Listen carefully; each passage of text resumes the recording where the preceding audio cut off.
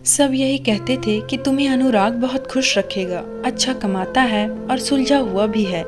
उसकी बातों से तो यही लगता था कि तुम पर जान निछावर करता है। फिर यह भी तो देखो, अनुराग के माँ बाप इस तरह तुम्हारे वारी जाते हैं, जब भी घर चक्कर लगाती हो तुम्हें अपने पास से उठने भी नहीं देते। तुम एक बहुत खुशकिस्मत लड़की हो जो तुम्हें अनुराग जैसा लड़का मिला है। मैं यह सब बातें सुनकर खुश हो जाया करती थी। मैंने अनुराग की तस्वीर देखी थी तो दिल और जान से उस पर फिदा हो गई थी। वह दुबई में रहता था। सुनने में यही आया था कि वह दुबई में बहुत अच्छी जॉब करता है। मेरे पापा उस रिश्ते से राजी थे। मैंने भी हाँ भर दी थी और यूं मेरी शादी अनुराग से हो गई थी। हम एक हफ्ता हिंदुस्तान में ही रहे थे। अनुराग मेरा बहुत ख्याल रखा करता था, मेरे खूब आओ भगत किया करता था। मुझे जिस तरह मुमकिन था वह साथ टाइम बिता रहा था। फिर अनुराग वापस दुबई चला गया। उसके माँ बाप और छोटी बहन प्रियंका ने मेरी खूब दिल लगाया करती थी और कोशिश थी कि 2 हफ्ते बाद ही मेरा भी वीज़ा आ गया था और यूं हम तीनों दुबई चले गए थे। अनुराग हमें एयरपोर्ट पर लेने आया था। वह बहुत खुश दिखाई दे रहा था। अनुराग ने मुझे बताया कि उसने किस तरह गिन गिन कर दिन बिताए थे। उसने मुझसे वादा किया था कि मेरी ज़िंदगी को खुशियों से भर देगा, मुझे दुबई की सैर कराएगा। हम दोनों पति पत्नी एक दूसरे के संग में खुश थे। मैं घर का काम करने की कोशिश करती तो मेरी सास और नंद मेरा हाथ थाम कर मोहब्बत से कहती, दीपा अभी आपके यह दिन खेलने कूदने के दिन हैं, आप खुद पर जिम्मेदारियां मत डालो। मैं उनकी बातें सुनकर अंदर अंदर मुस्कुराने लग जाती थी। सब ने ठीक ही तो कहा था कि मैं बहुत खुश नसीब हूँ जो मुझे ऐसे लोग मिले हैं। मैंने बस 4 दिन में ही इस बात का अंदाज़ा लगाया कि मेरे ससुराल में दुनिया की हर ऐसो आराम मौजूद थे। दुबई जैसे महंगे देश में भी यह लोग जिंदगी के हर सुख बिता रहे थे। रात हुई तो मेरे पति ने मुझसे कहा कि अच्छी तरह से तैयार हो जाओ, हम दोनों डिनर पर जाएंगे। मैं खुशी खुशी तैयार हो गई। अनुराग ने मेरी तारीफ में ज़मीन आसमान एक कर दिया था। हम दोनों एक दूसरे के साथ बिल्कुल प्यारी जोड़ी लग रही थी। मुझे यह ज़िंदगी बहुत हसीन लग रही थी, मगर मुझे कहाँ मालूम था कि यह सब तो फर्जी है, यह तो सब दिखावा था, यह तो सूखा का थोड़ा सा मज़ा है। उसके बाद आजमाइश के पहाड़ मुझ पर टूट पड़ेंगे। मैं और अनुराग घर वापस आ गए थे। फिर हम दोनों ने अपनी शादी की वीडियो देखी तो सारी रात हम दोनों एक दूसरे से बातें करते रहे, एक दूसरे की कंपनी में इंजॉय करते रहे। सुबह के टाइम मेरी आंख लग गई थी। वह दोपहर 2 बजे के करीब में नींद से जागी तो फ्रेश होकर कमरे से बाहर आ गई थी। मेरा पति और सास आंगन में ही बैठे हुए थे। दोनों के चेहरे की असर थोड़े से सख्त थे। मैं बोली, अनुराग अब कब उठें? मेरी तरफ घूर कर देखा था और उठकर मेरे पास आ गए। अनुराग के चेहरे से ऐसा लग रहा था जैसे वह मुझसे बहुत नाराज़ हो और देखते ही देखते उसकी आवाज़ बहुत सख्त हो गई थी और अनुराग ने कहा, मुझे तुम्हारे साथ नहीं रहना, मैं तुझे डिवोर्स देता हूँ। मैं अपना कसूर भी नहीं पूछ पाई थी। अनुराग कहने लगा, अभी और इसी टाइम मेरे घर से निकल जाओ। मैंने शिकायत की निगाहों से अपनी सास की तरफ देखा था। वह अपने बेटे से कुछ तो कहे, ऐसा कदम ना उठाए, मगर उसने भी मुझसे नजरें चुरा ली और मुझे इस तरह इग्नोर किया जैसे मैं कुछ थी ही नहीं। मैं तो बिल्कुल डर सी गई थी, मेरा पूरा बदन बेजान हो गया था। तब अनुराग ने मेरा हाथ पकड़कर मुझे अपने घर से धक्के देकर निकाल दिया था। मैं फटी फटी आंखों से अपने मुंह पर बंद होते दरवाजे को देखती रह गई थी। मेरा सपनों का संसार और महल एक झटके से टूटकर बिखर गया था। मैं परदेश में बेघर हो गई थी। मेरे पास तो कोई ठिकाना भी नहीं था जहां मैं जा सकती थी। मैं थर थर कांपने लगी थी। खुद को संभालने के लिए यूं ही सड़क पर चलती जा रही थी। जब मैं बहुत दूर पहुंच गई तो एक बेंच पर बैठकर फूट फूट कर रोने लगी थी। तब मुझे किसी आदमी की आवाज़ सुनाई दी थी, क्या हुआ है आपको? यह आदमी मेरे साथ इंग्लिश में बातें कर रहा था। मैंने सर उठाकर देखा तो मेरे सामने एक अरबी आदमी भी खड़ा था जिसके चेहरे पर परेशानी ही परेशानी थी। वह तो भगवान की कृपा हुई कि मैं तो पढ़ी लिखी थी और इंग्लिश में बात करने में माहिर थी। मैंने उसे अपनी समस्या बता दिया तो कहने लगा कि दुबई में किसी को जानती हो या रहने के लिए तुम्हारे पास कोई ठिकाना है? मैंने नहीं में सर हिलाया और बोली, मैं यहाँ किसी को नहीं जानती। मैं तो यहाँ 5 दिन पहले ही आई थी। पति के साथ अच्छा टाइम बीत रहा था, मगर ना जाने उसे आज क्या हो गया कि उसने मुझे डिवोर्स दे दी। वह अरबी आदमी कहने लगा, अच्छा अगर तुम मेरे घर चलना चाहती हो तो मैं तुम्हें अपने साथ ले चलता हूँ, मगर घर में मेरी एक भी मारना है, तुम उसकी सेवा करना, मैं तुम्हें सैलरी भी दूंगा, यूं तो अपने पैसों से टिकट खरीद कर वापस अपने वतन भी जा सकोगी।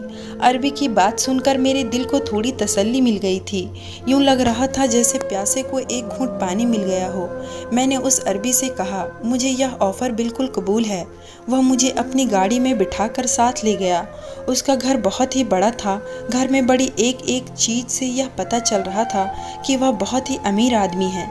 मैंने उससे कहा कि आपकी माँ कहाँ है? उसके चेहरे पर उदासी और दर्द थी।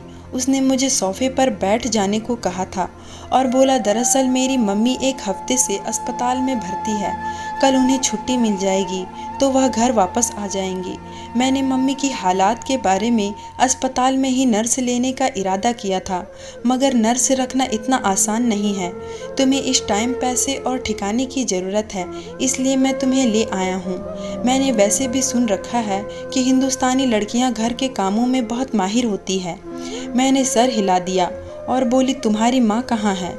वह बोला, मेरी मम्मी को कल अस्पताल से डिस्चार्ज कर दिया जाएगा। उस अरबी की बात सुनकर तो मैं बहुत ज़्यादा घबरा गई थी। ऐसा लग रहा था जैसे मैं बहुत बड़ी मुसीबत में फंस चुकी हूँ। मैं बोली, मैं इस घर में आपके साथ नहीं रह सकती। वह अरबी कहने लगा, तुम इस बात की फिक्र मत करो, मैं यहाँ रहूँगा नहीं। मैं अपनी माँ के आने से पहले पहले सब कुछ निपटा लेना चाहता हूँ। आज मैं सारा दिन बिजी रहूँगा, घर का चक्कर नहीं लगा पाऊँगा। किचन में दुनिया भर का सामान पड़ा हुआ था, कुछ चाहिए तो तुम पका कर खा लेना। मैंने अपना सिर हिला दिया तो वह भी घर से निकल गया था। मुझे अभी तक इस बात की परेशानी थी कि क्या मैंने इस तरह अजनबी आदमी के घर रुककर ठीक किया या गलत। मैं भी क्या करती, मेरी मजबूरी थी, इसके अलावा मेरे पास और कोई चारा भी नहीं था। मैं दिल ही दिल में भगवान से प्रार्थना कर रही थी कि हे भगवान, मुझे किसी बड़ी मुसीबत में ना डालो और मुझ पर अपनी कृपा बनाए रखना। यह तो भगवान की मुझ पर कृपा हुई थी कि वह अरबी दोबारा घर पर नहीं आया था। अगली सुबह ही लौट कर आया था। साथ उसके व्हीलचेयर पर उसकी माँ भी थी। उस अरबी की माँ ने मुझे देखते ही चेहरे पर कपड़ा डाल लिया था। मेरे देखने से पहले शायद वह अपना चेहरा मुझे दिखाना नहीं चाहती थी। उन्होंने मुझसे पर्दा क्यों किया था, या फिर वह हमेशा ही पर्दा किया करती थी, इस बात ने मुझे कुछ परेशान कर दिया था। खैर, मैंने खुद को तसल्ली दी कि वह बीमार औरत है, शायद इस वजह से उन्होंने ऐसा किया होगा। मुझे इस बात की खुशी थी कि अरबी की बात सच साबित हो गई थी।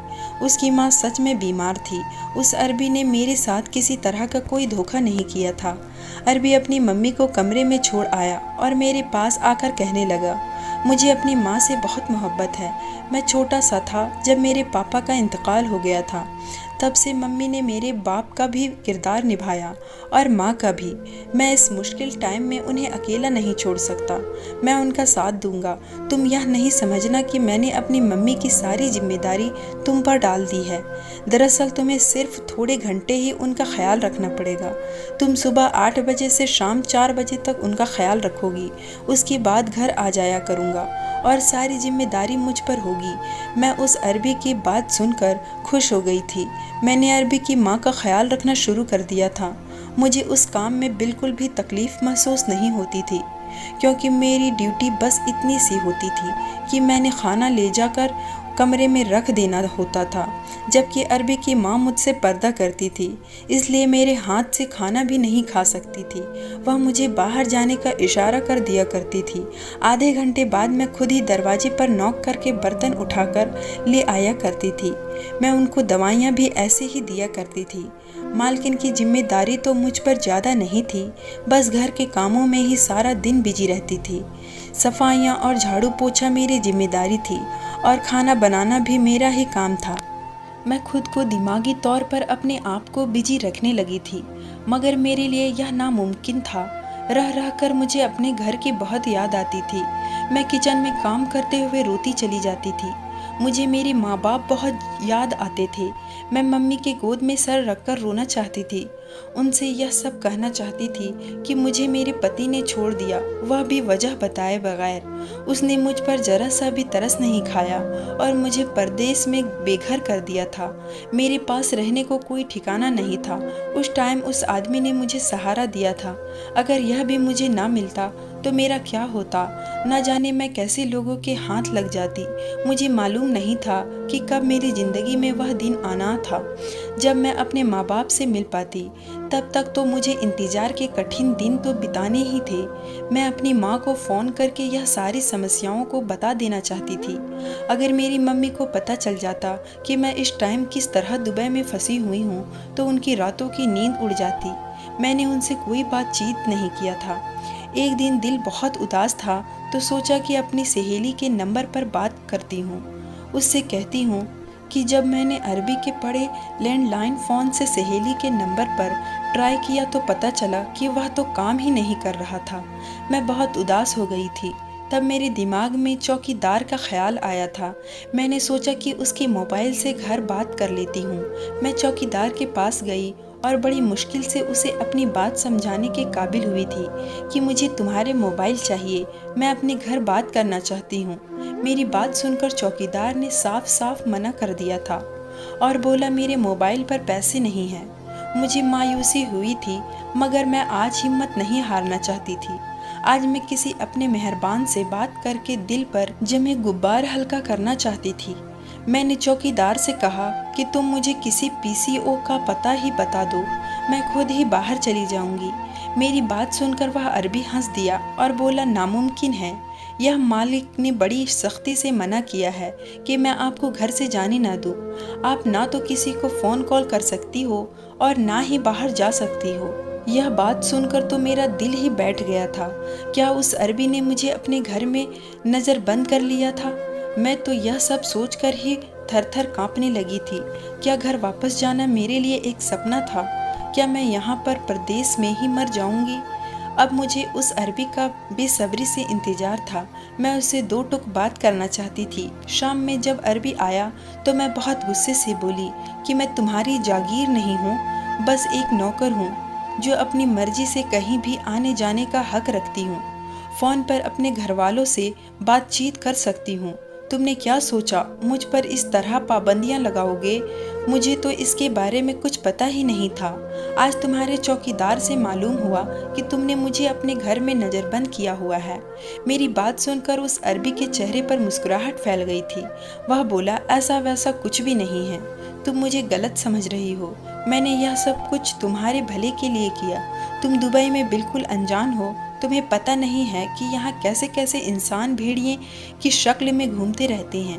तुम अगर गलत हाथों में चली गई तो उम्र भर तुम्हारा सुराग भी नहीं मिल पाएगा। मैं नहीं चाहता कि एक परदेसी मेरे वतन में यह सब कुछ बर्दाश्त कर सके, इसलिए मैंने अपने चौकीदार से कह दिया था कि तुम्हें कहीं भी आने जाने ना दिया जाए। रही बात फ़ोन पर बात करने की, तो तुम अपने माँ से बात करके क्या कहोगी? या क्या मुझे मेरे पति ने डिवोर्स दे दी है?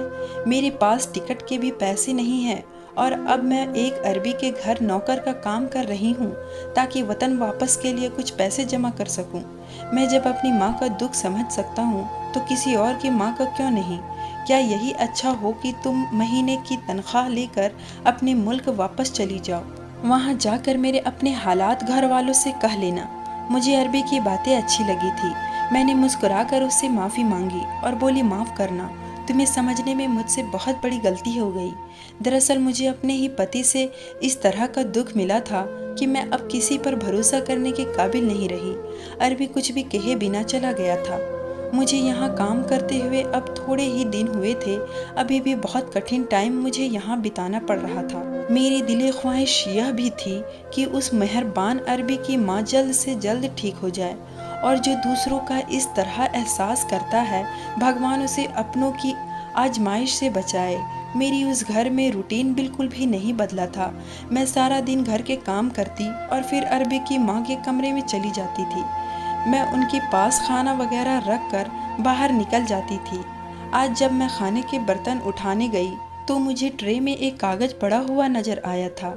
मैं उसको उठाने लगी तो अरबी की माँ ने जल्दी से मुझे कहा, कि तुम कमरे से निकल जाओ। मैंने जल्दी से उनकी बात मानी और उनके कमरे से बाहर आ गई थी। किचन में आकर बर्तन रख दिए और कागज उठाया। यह देखकर तो जान ही निकल गई कि उस कागज पर हिंदी में लिखा हुआ था कि तुम यहाँ क्या कर रही हो, जिस तरह जल्दी हो सके मेरे घर से निकल जाओ।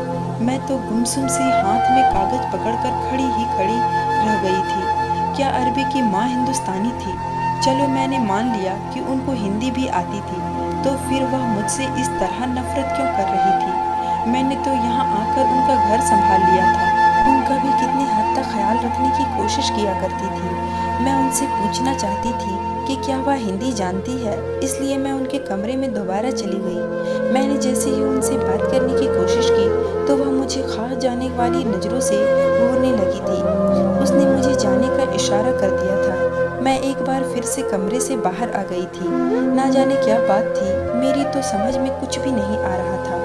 मैं अजीब दोराहे पर आकर खड़ी हो गई थी। 4 बजे जब मैं अपने कमरे में आ गई थी, उस आदमी ने मुझे अपने लग्जरी घर के पीछे बने सर्वेंट रूम में एक कमरा रहने को दिया था। सुबह से शाम 4 बजे तक तो मेरा टाइम बहुत अच्छा बीत जाता था, मगर उससे आगे एक एक मिनट मैं गिन गिन कर बिताती थी। टाइम तो जैसे थम सा गया था। हिंदुस्तान की याद आने लगी थी। अपनों का ख्याल बहुत बेचैन कर रहा था। ना जाने मेरे पीछे क्या कुछ हो गया था।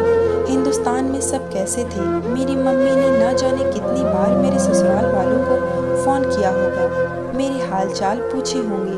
पता नहीं उन्होंने आगे से मम्मी को क्या कह दिया होगा, उन्हें क्या बताया होगा कि उनकी बेटी दीपा कहाँ चली गई है, वह फ़ोन पर बात क्यों नहीं करती। मैं यही सब सोच रही थी, तब मेरे कमरे में किसी के आने की आहट आई। मैंने दरवाज़ा खोल दिया तो सामने अरबी खड़ा था। कहने लगा, मैं माफ़ी चाहता हूँ, मैंने डिस्टर्ब कर दिया। दरअसल मैं तुम्हें किसी से मिलवाना चाहता हूँ। उस अरबी ने शबनम नाम कहकर किसी को बुलाया था। तभी मेरे सामने एक पक्की सी उम्र की अरबी औरत आ गई थी। यह तो बहुत ही खूबसूरत थी। अरबी आदमी कहने लगा कि मैंने मम्मी की देखभाल के लिए उन्हें काम पर रख लिया है। तुम बस मेरे घर को देखोगी, सफाई सुथरा तुम्हारी जिम्मेदारी है। मैंने सर हिला दिया तो अरबी कहने लगा कि अब तुम्हारी ड्यूटी टाइमिंग भी ज़्यादा हो जाएगी। हो सकता है कि तुम्हें रात के टाइम मेरे माँ के साथ ही सोना पड़ेगा। मैंने उस पर भी कोई ऐतराज़ नहीं किया था। अरबी चला गया था। अगले दिन मैं काम पर गई तो शबनम ने मुझे मालकिन के कमरे में भी जाने नहीं दिया था। मैंने उसे इशारों से समझाया कि मैं तो बस मालकिन की तबीयत के बारे में पूछना चाहती हूँ। शबनम ने ना में सर हिला दिया और कहने लगे कि उस चीज़ की ज़रूरत नहीं है, वह बिल्कुल ठीक है। रात के टाइम जब सोने का टाइम हो गया तो शबनम खुद ही मुझे मालकिन के कमरे में जाने को कह दिया था। मैं वहाँ भी फर्श पर 2 बिस्तर लगे हुए थे, जबकि मालकिन अपनी जहाजी साइज बेड पर लेटी हुई थी। शबनम ने मुझे इशारे से समझाया कि हम दोनों मालकिन के साथ ही सोया करेंगे। रात के टाइम उनकी हालात बिगड़ जाती है और मुझसे उन्हें अकेला संभाला नहीं जाता। मैंने दिल में भगवान की कृपा की थी कि मेरी जान सर्वेंट रूम के कमरे से छूट गई थी, क्योंकि वहाँ मुझे अकेलापन बड़ी सताती थी। रात काटना मेरे लिए बहुत कठिन हो जाती थी। पहली रात तो मैं बिस्तर पर लेटते ही सो गई थी। कई रातें मैं अपनी नींदों से जागी थी। सुबह सोकर उठी तो शबनम कहने लगी, जाकर नहा लो। मैं बहुत हैरान हुई थी। वजह पूछी तो कहने लगी कि हम मालकिन के कमरे में सोए थे, न जाने कितने कीटाणु होंगे, इसलिए ज़रूरी है कि हम दोनों नहा लें। मैंने शबनम की बात मानकर नहाने चली गई थी और फिर घर के कामों में बिजी हो चुकी थी। मेरे लिए यह बात काफ़ी हैरान कर देने वाली थी। शबनम तो मालकिन के कमरे से बिल्कुल भी बाहर नहीं आती थी, जबकि मुझे तो वह एक पल के लिए भी अपने कमरे में बर्दाश्त नहीं करती थी। मैं मालकिन से बात करना चाहती थी, उनसे इसकी वजह पूछना चाहती थी। आखिर उन्हें हिंदी कैसे आती है और फिर वह मुझसे इस तरह नफरत क्यों करती है कि मुझे अपने घर से निकाल देना चाहती है। अभी तक एक राज ही था। मुझे तो लगता था कि मेरा महीना यूं ही ख़त्म हो जाएगा और मैं अरबी मालिक से पैसे लेकर वतन वापस आ जाऊंगी, मगर नकाबपोश मालिक का राज मालूम नहीं कर पाऊंगी। जैसे जैसे दिन बीते जा रहे थे, मेरा शक भी बढ़ता जा रहा था और फिर एक रात मैं अपने शक के हाथों इस तरह मजबूर हो गई कि मेरी आंखों से नींद ही उड़ गई थी। मैं करवटें बदलती रह गई थी। मगर नींद की देव मुझ पर मेहरबान नहीं हो रहे थे। मैंने शबनम की तरफ देखा तो वह बड़े मज़े से करवट ले रही थी। तब मैं एकदम से उठकर बैठ गई थी। मैंने सोचा कि चलो कुछ नहीं तो मालकिन का चेहरा ही देख लेती हूँ। मैं दबे पाँव से चलती हुई मालकिन के सिरहाने जाकर खड़ी हुई थी। मैंने उनके चेहरे से कपड़ा हटा दिया था। फिर तो जैसे जमीन आसमान आपस में टकरा कर रह गई थी। यह मेरे लिए कोई अजनबी चेहरा नहीं था। मैं उसे बहुत अच्छी तरह से जानती थी। मालकिन भी नींद से जाग चुकी थी। कमरे में हल्की माध्यम से रोशनी जल रही थी। हम दोनों की नज़रें मिली थी। मैं सवाल करना चाहती थी मगर मालकिन ने मुझे रोक दिया और जाने का इशारा कर दिया। मैं अपने बिस्तर पर आकर लेट गई थी। अब मामला पहले से ज़्यादा उलझ गया था। यह यहाँ कैसे पहुँची थी? यह तो मेरी नंद प्रियंका थी। उसका भला एक अरबी के घर में क्या काम था? जहाँ तक मुझे मालूम है मेरी नंद कुमारी थी, इतने दिनों से अपने घर से गायब थी, तो क्या उसके घर वालों को कोई परेशानी नहीं थी? फिर यह भी बात अजीब थी कि मुझसे अरबी मालिक ने झूठ क्यों बोला था? उसने मेरी नंद के बारे में क्यों कहा था कि वह उसकी माँ है? यकीनन कुछ न कुछ तो गड़बड़ जरूर थी। इस बात का मुझे अब पक्का यकीन हो चुका था कि मेरी नंद इस टाइम किस परेशानी में है। उसको खतरा है। अब सोचने की बात यह थी कि क्या मुझे उस आदमी की बहन की फिक्र करने की ज़रूरत थी या नहीं। इसकी वजह से मेरी ज़िंदगी बर्बाद होकर रह गई थी। जिसने मुझे डिवोर्स देने से थोड़ा भी नहीं हिचकिचाया था। दिल तो चाहता था कि अपनी जान बचाकर भाग जाती। यह इंसानियत का सबसे गंदा तरीका था। मेरे साथ बुरा तो मेरे पति ने किया था, उसकी सज़ा भला मैं अपनी नंद को कैसे दे सकती थी। मैंने सोच लिया था कि मुझे अपनी नंद के साथ बातचीत खत के जरिए करना पड़ेगा। मैं अपने सर्वेंट रूम मैंने जाकर खत लिखा और उससे पूछा कि मुझे बताओ तुम यहाँ क्या कर रही हो? तुम्हें किसी तरह की कोई मदद चाहिए क्या? अब इस समस्या और यह खत प्रियंका तक पहुँचाना था। उसका हल भी मैंने निकाल लिया था। शबनम को बहाने से किचन में बुलाकर मैं खुद बाहर निकल गई थी। मैंने इस चीज़ का फ़ायदा उठाया और प्रियंका के पास खत छोड़ आई थी। शाम के टाइम मैंने फिर से बहाना बनाया और शबनम से कहा कि मालकिन के कमरे से बर्तन उठाने जा रही हूँ। प्रियंका ने मुझे देखा तो एक कागज बर्तनों के ट्रे में रख दिया था। बर्तन मैंने किचन में रख दिए और खुद बाथरूम में जाकर प्रियंका का खत पढ़ा था। उसने लिखा था, मुझे मदद की ज़रूरत है भाभी, आप पुलिस को हर हाल में बताना है। नीचे प्रियंका ने दुबई की पुलिस का नंबर लिखा हुआ था। मैं अब सबके बीच में पड़ गई थी कि किस तरह से फ़ोन करूं पुलिस को, क्योंकि मेरे पास तो मोबाइल भी नहीं था। उसी टाइम मेरी नज़र शबनम पर पड़ी थी। वह अपने मोबाइल से किसी से बात कर रही थी। मेरे होठों पर मुस्कुराहट फैल गई थी। वह औरत जो अरबी ने मेरे पहले के लिए रखी थी वही अनजाने में मेरे काम आ रही थी। जैसे ही शबनम प्रियंका के कमरे में गई मैंने उसका मोबाइल उठाया और बाथरूम में जाकर पुलिस को सारी समस्याओं को बताया था। पुलिस ने मुझे कुछ चीज़ बताए थे और कहा था कि हम बस पहुंचने ही वाले हैं। थोड़ी ही देर में अरबी भी घर आ गया था। मैं भागते हुए उनके पास आई और बोली कि हमारे गेस्ट रूम में सांप आ गया है। अरबी बहुत घबरा गया और शबनम जल्दी से गेस्ट रूम में चली गई थी। जैसे ही वह कमरे में गई मैंने उन्हें बाहर से लॉक कर दिया था। ऐसा करने को मुझे पुलिस ने बोला था ताकि वह अरबी हमें कोई नुकसान न पहुंचा सके। अरबी गुस्से से गुर्रा रहा था।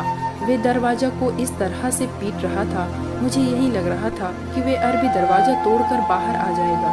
फिर इतनी देर में पुलिस आ गई थी। चौकीदार को तो उन्होंने पहले ही हथकड़ी लगा दी थी। फिर अरबी और शबनम को भी गिरफ्तार कर लिया था, जबकि मुझे और प्रियंका को बयान देने के लिए साथ ले गए थे। इधर जाकर प्रियंका ने बताया कि मैं और अरबी लड़का आपस में मोहब्बत करते थे। यह मेरा रिश्ता लेकर घर आया मगर भाई ने मना कर दिया। फिर भाई की शादी हो गई और वह अपनी पत्नी को घर ले आया। भाई हर टाइम अपनी पत्नी में ही बिजी रहता था, इसलिए मुझे लगा कि अपनी मोहब्बत को पाने का उससे अच्छा मौका मुझे फिर कभी नहीं मिलेगा। इसलिए मैं घर से भाग गई थी। उस अरबी ने पहले मुझे एक दिन अपने दोस्त के घर रखा, अपने घर ले गया और कहा कि तुम्हें बीमार होने का नाटक करना पड़ेगा, नहीं तो मोहल्ले वाले पुलिस को बुलवा लेंगे। मैंने एक काम वाली का भी इंतजाम कर लिया, तुम उसके सामने थोड़ा रोज बुढ़िया बनने का नाटक कर लेना। अरबी ने मुझे नौकर के सामने चेहरा ढकने के लिए दबाव डाला था। यह देखकर तो मेरी जान ही निकल गई कि नौकर के रूप में कोई और नहीं बल्कि मेरी भाभी सामने खड़ी है। मैं नहीं चाहती थी कि भाभी को पता चले कि मैं यहाँ हूँ और मुझे घर साथ ले जाए, क्योंकि मैं तो अभी भी अरबी से मोहब्बत करती थी। मगर एक दिन जब फ़ोन पर किसी के साथ बात कर रहा था तो मैंने सुन लिया कि उसने तो मेरा और भाभी का सौदा कर दिया है। वह हमें विदेश भेज देना चाहता था। मैं तो वहाँ फंसी हुई थी, इसलिए भाभी को वहाँ से भगा देना चाहती थी। पुलिस ने मेरी माँ और भाई को भी थाने में बुलवा लिया था। मेरी सास कहने लगी, मुझे माफ़ कर देना बेटी, तुम्हें डिवोर्स मेरी वजह से हुई है। जब प्रियंका घर से भाग गई तो मैंने तुम्हारे पति से कह दिया कि तुम्हारी पत्नी उस सब से मिली हुई थी। इसने ही तुम्हारी बहन को घर से भगा दिया है। इसी गुस्से में उसने तुम्हें डिवोर्स दे दी और मुझे आज मालूम हुआ है कि तुमने ही मेरी बेटी को बचाया है। तुम मुझे माफ़ कर दो। मेरी सास ने मेरी ज़िंदगी बर्बाद कर दी थी। माफ़ करना इतना आसान तो नहीं था। पुलिस ने अरबी घर पर छापे मारकर अरबी को पकड़ लिया था। मुझे वतन भिजवा दिया गया। मेरी लूटी पिटी हालात देखकर मेरे माँ बाप बहुत गम में पड़ गए, मगर मेरे पास उनको देने के लिए तसल्ली का एक शब्द भी नहीं था। किसी के गुनाह की सज़ा मुझे मिल गई थी। आगे की दुनिया अंधेरी नज़र आती थी। मेरे लिए तो भगवान की प्रार्थनाएं ही मुझे रोशनी की कोई उम्मीद नज़र आ जाए। यह थी मेरी आज की कहानी। उम्मीद है आप लोगों को पसंद आई होगी। मुझे लाइक कमेंट शेयर करना ना भूलें।